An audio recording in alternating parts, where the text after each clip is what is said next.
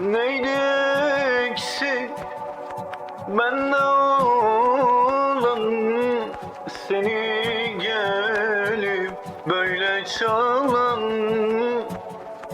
Bize düşman bu dünyadan, sende kalan hakkım razı. Bize düşman bu dünyadan, sende kalan hakkım razı. Sen üzülme, ben ezilmem, içim rahat kendime karşı. Kalp düşmekle hiç eksilmez o, ne dertler aştı.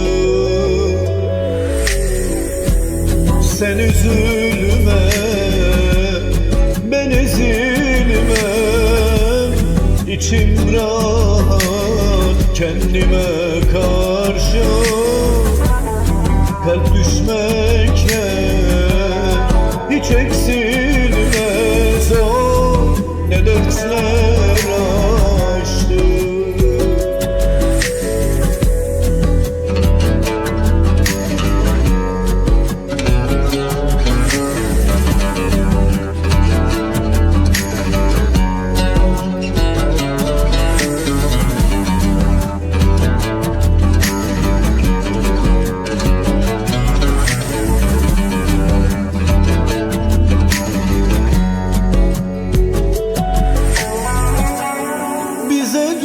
Düşman bu dünyadan, sende kalan hakkım razı.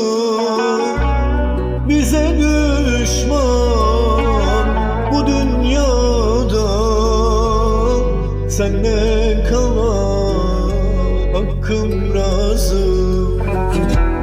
Sen üzülme, ben ezilmem, İçim rahat kendime karşı.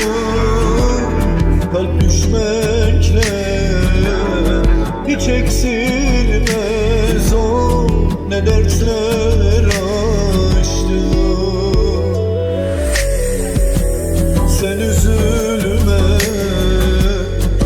ben ezilmem, İçim rahat kendime